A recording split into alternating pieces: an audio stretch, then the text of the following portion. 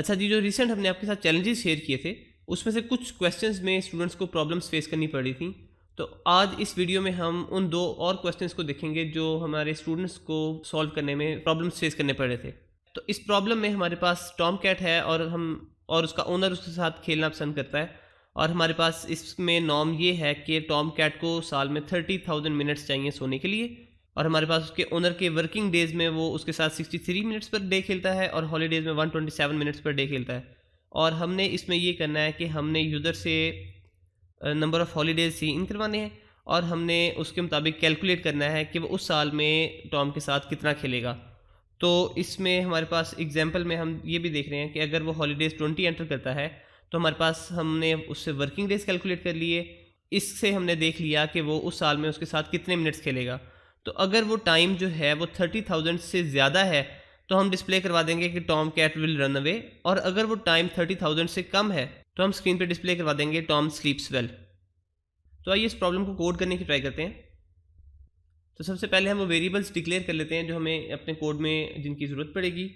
सबसे पहले हम देख लेते हैं टोटल डेज़ के साल में हमारे पास कितने दिन हैं।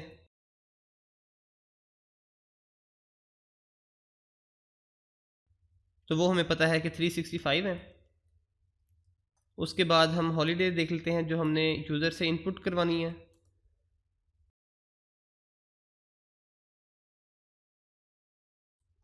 और इसके बाद हमें वर्क डे की ज़रूरत पड़ेगी, और इन दोनों चीज़ों के बाद हम उसका प्ले टाइम कैलकुलेट कर सकेंगे। तो जब हमने प्ले टाइम देख लिया तो उसके बाद हमारे पास फाइनल में हम उसका डिफरेंस ले लेंगे। तो आई थिंक ये वो वेरिएबल्स हैं जिनकी हमें हमारे कोड में ज़रूरत पड़ेगी। इसके बाद हम स्क्रीन पे यूज़र को मैसेज डिस्प्ले करवाते हैं, cout please enter the number of holidays, और वो हम सीन की मदद से हॉलीडे में सेव करवा लेते हैं। तो अब जब हमारे पास हॉलीडे आ गया है और हमें टोटल डेज़ भी पता है, तो हम उसके वर्क डे कैलकुलेट कर सकते हैं।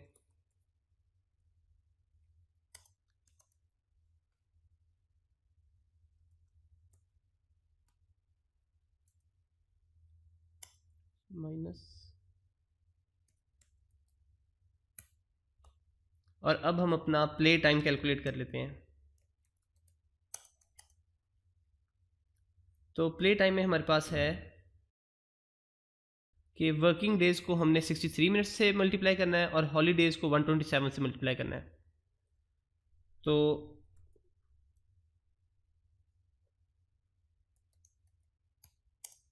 वर्क डे इंटू 63, और ये हम स्मॉल ब्रैकेट्स में इनक्लोज कर लेते हैं।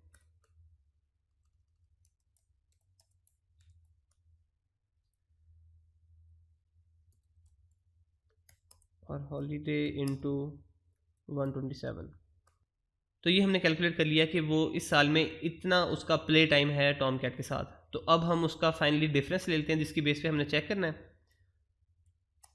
तो difference equals 30,000 minus play time.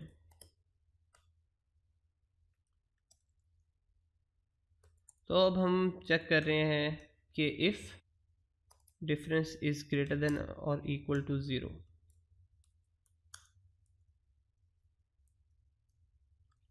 तो अगर हमारा डिफरेंस पॉजिटिव है तो ये हमें शो कर रहा है कि टॉम कैट के पास सोने के लिए 30,000 मिनट से ज़्यादा टाइम बचा है। तो हम यहाँ पे सी आउट करवा देंगे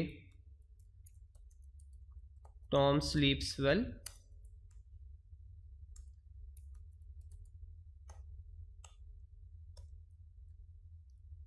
और जो डिफरेंस हमारे पास आया है वो हम आवर्स और मिनट्स में कन्वर्ट कर लेते हैं। तो उसके लिए हम इधर ही इंट आवर और इंट मिनट। तो अब हमारे पास जो डिफरेंस है वो मिनट्स में है, तो हम उसे आवर्स में कन्वर्ट करने के लिए हम 60 पे डिवाइड करेंगे। तो डिफरेंस डिवाइडेड बाय 60,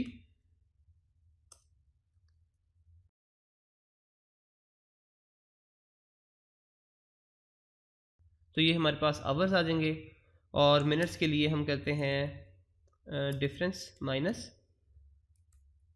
इसके लिए आवर्स को हम दोबारा मिनट्स में कन्वर्ट करेंगे, तो उनका डिफरेंस जो है वो हमारे पास मिनट्स में उसका डिफरेंस जो है वो हमें मिनट्स बता देगा।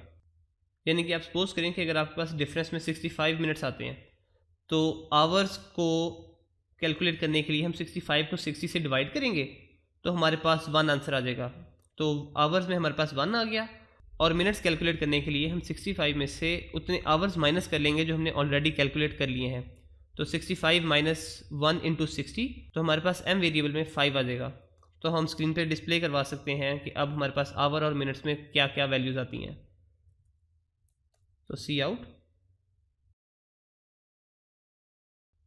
और हम अपने टेस्ट केस के मुताबिक उसका सिंटैक्स देख लेते हैं। ये हमारा वेरिएबल आवर्स एंड m में मिनट्स हैं, लेस फॉर प्ले।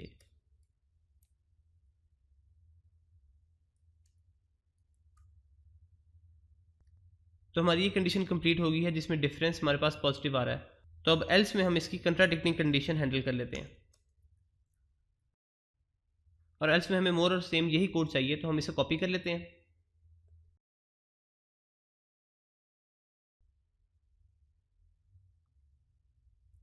तो यहाँ पे हम शो करवाएंगे टॉम विल रन अवे।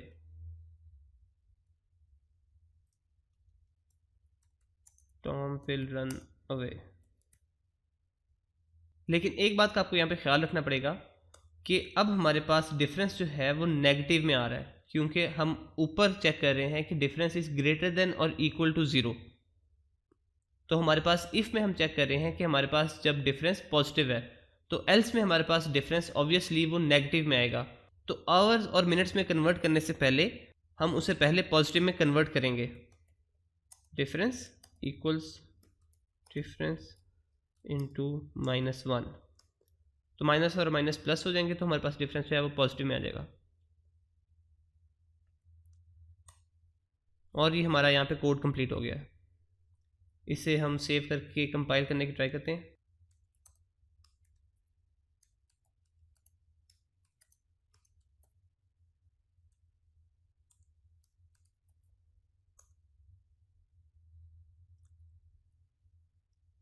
तो ये वेरिएबल का नाम हमने गलत लिख लिया था, ऊपर हमने सिर्फ हॉलीडे लिखा है। तो अब दोबारा ट्राई करते हैं।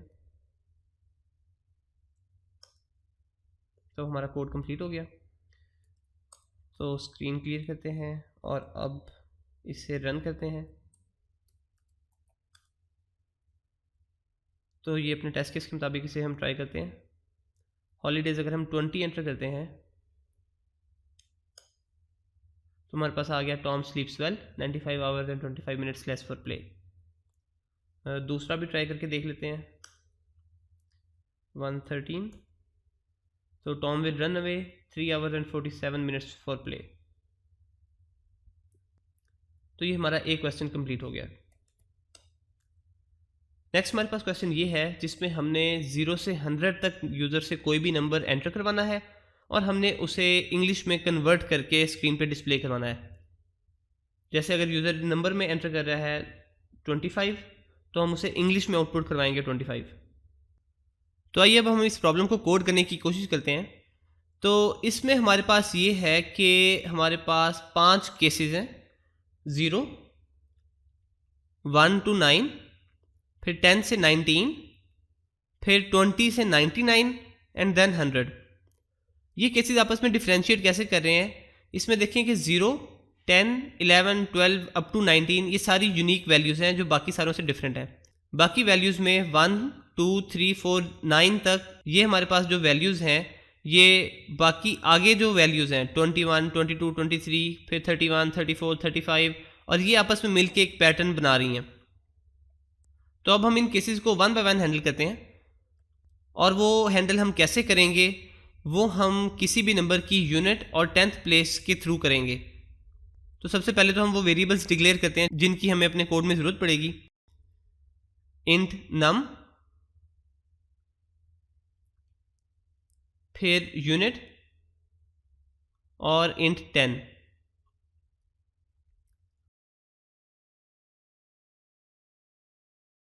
और फिर हम यूज़र को कोई मैसेज डिस्प्ले करते हैं, cout please enter your number.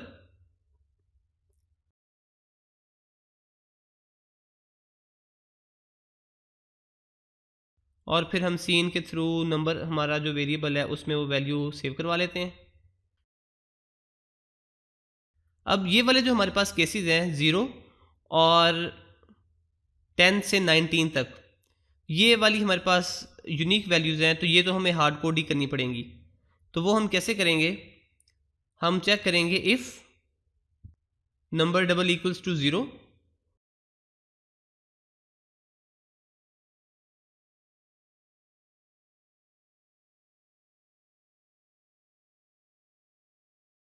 तो हम सी आउट कर देंगे 0।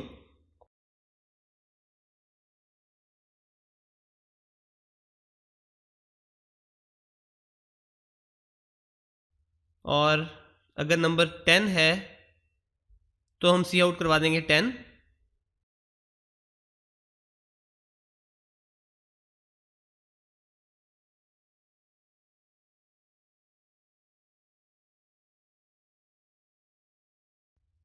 और इसी तरह हम 19 तक कोड कॉपी करेंगे।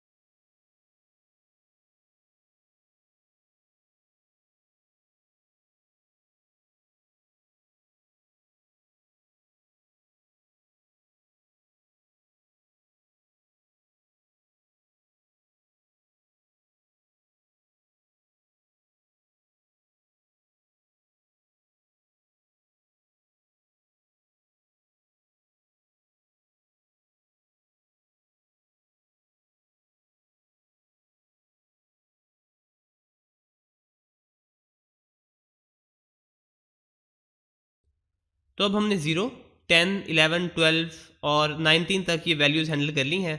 तो अब अपने कोड को सेव करते हैं और इन कंडीशंस को चेक करते हैं।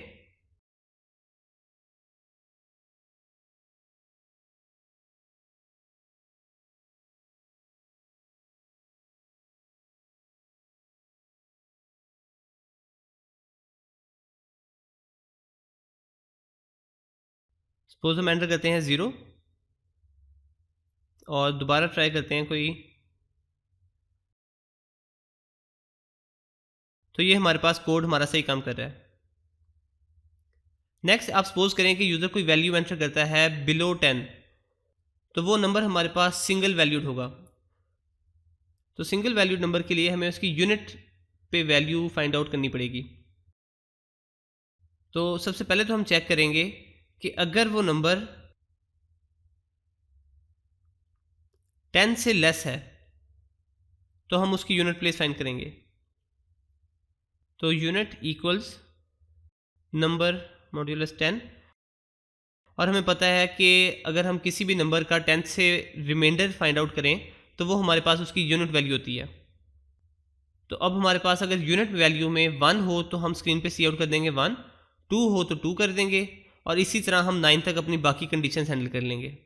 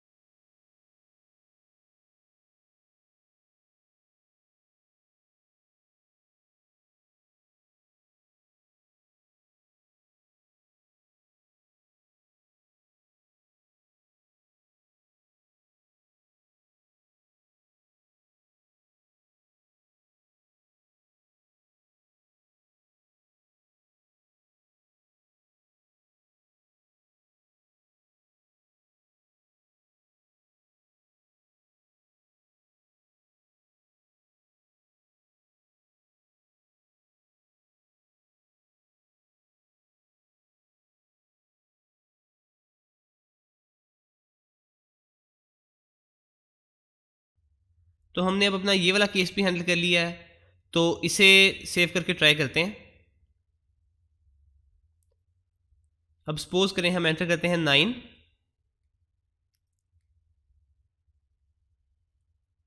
और कोई नंबर ट्राई करते हैं।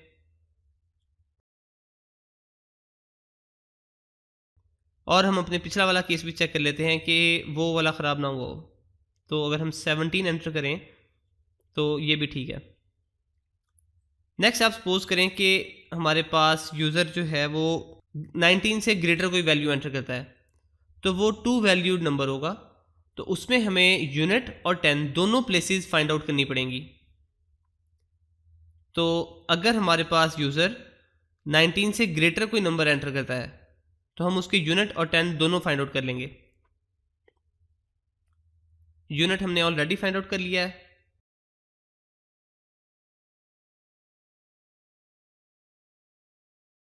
और 10 के लिए हम नंबर को 10 पे डिवाइड करेंगे। तो अगर हमारे पास कोई नंबर है, हम उसे 10 पे डिवाइड करते हैं तो वो हमारे पास उसकी 10th प्लेस हमारे पास आ जाती है।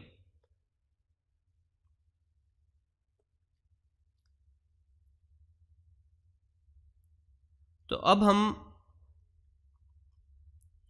हम 10 पे चेक करेंगे कि अगर हमारे पास 10th पे 2 हो तो वो ऑब्वियसली नंबर 20, 21, 22 इस तरह का कुछ नंबर होगा।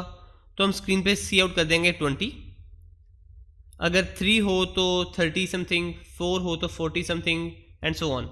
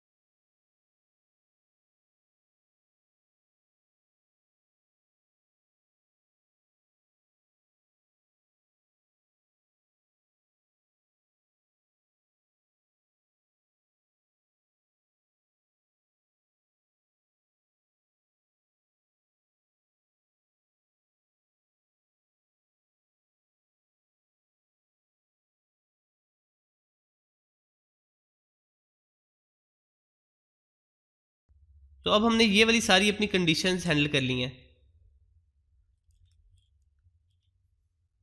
लेकिन अभी इस कोड में एक प्रॉब्लम है। हम अपना कोड ये सेव करके ट्राई करते हैं तो आपको वो प्रॉब्लम क्लियर हो जाएगी।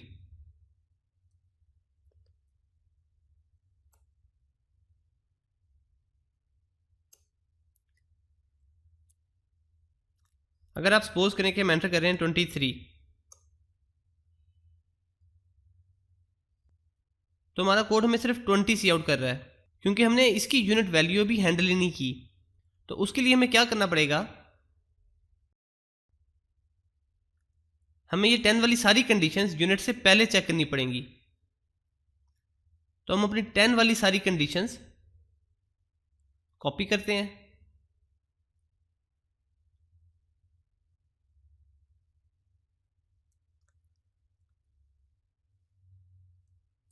ये हम कट करके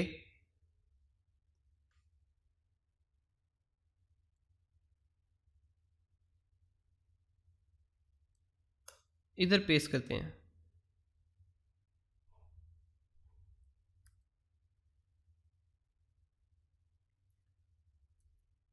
तो अब हम दोबारा अपना कोड कंपाइल करते हैं।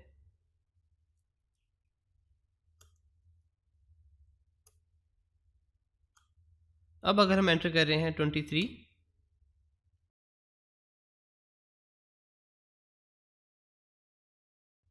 तो हमारे पास उसकी 10 और यूनिट दोनों वैल्यूज़ फाइंड आउट हो रही हैं। बाकी कोई वैल्यू भी ट्राई करते हैं। सपोज 9, तो ये भी ठीक है।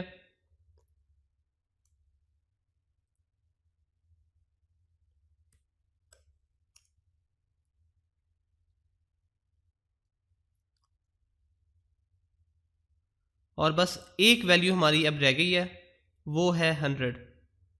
तो 100 के लिए हमें क्या करना होगा, हम सपोज़ करें अगर हमारे पास नंबर में 100 आता है और उसे हम 10 पे डिवाइड करते हैं तो हमारे पास 10 के वेरिएबल में 10 आता है। तो अगर हम 10 के नीचे ही ये कंडीशन एक कॉपी करें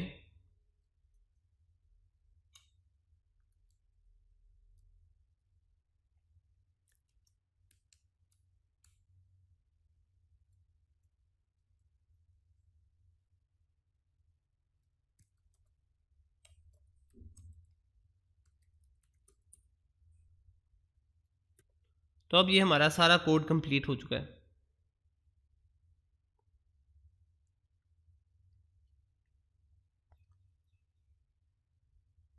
और हम एक क्विक गो थ्रू कर लेते हैं कि हमारा कोड काम कैसे कर रहा है।